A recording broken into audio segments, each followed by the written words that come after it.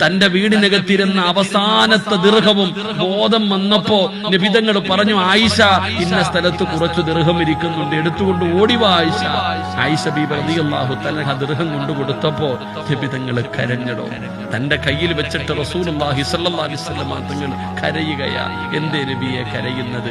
ഇതെന്റെ വീടിനകത്തിരിക്കുന്ന സമയത്താണ് എന്റെ കണ്ണടയുന്നെങ്കിൽ ഞാൻ അള്ളാഹിനോട് എന്തു പറയും? ആയിഷ, നീ എത്രയും പെട്ടെന്ന് പാപങ്ങൾ കൊണ്ടുകൊടു. തന്റെ വീടിനകത്തിരുന്ന അവസാനത്തെ ദിർഹവും പാപങ്ങൾക്ക് കൊടുത്ത നബിതങ്ങൾ.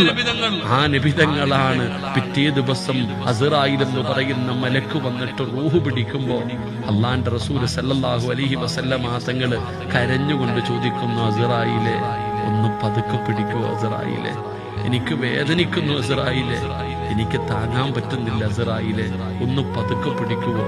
അസ്റായിൽ എന്ന് പറയുന്ന മലക്ക് കരഞ്ഞുകൊണ്ട് പറയുകയാ, ഇതിനേക്കാളും മയമായി പിടിക്കാൻ എനിക്കറിയില്ല നബിയെ. സഹോദര, നബിതങ്ങൾ എഴുന്നേക്കും, തിരിഞ്ഞും മറിഞ്ഞും കിടക്കും. പാത്രത്തിനകത്ത് നിന്ന് വെള്ളം കോരിയിട്ട് നബിതങ്ങളും മുഖത്തൊഴിക്കും. മരണത്തിന്റെ വേദന താങ്ങാൻ പറ്റാതെ അള്ളാന്റെ റസൂൽ സല്ലല്ലാഹു അലൈഹി വസല്ലം തങ്ങൾ, ഈ ലോകം തന്നെ പടയ്ക്കാൻ കാരണക്കാരനായ മുത്തുനബി മരണത്തിന്റെ വേദന സഹിക്കാൻ പറ്റാതെ കരഞ്ഞെങ്കിൽ ഞാനും നിങ്ങളും ഒരു ദിവസം ആ മരണത്തെ നേരിടേണ്ടവരാ. എന്തുണ്ട് നമ്മുടെ കയ്യിൽ?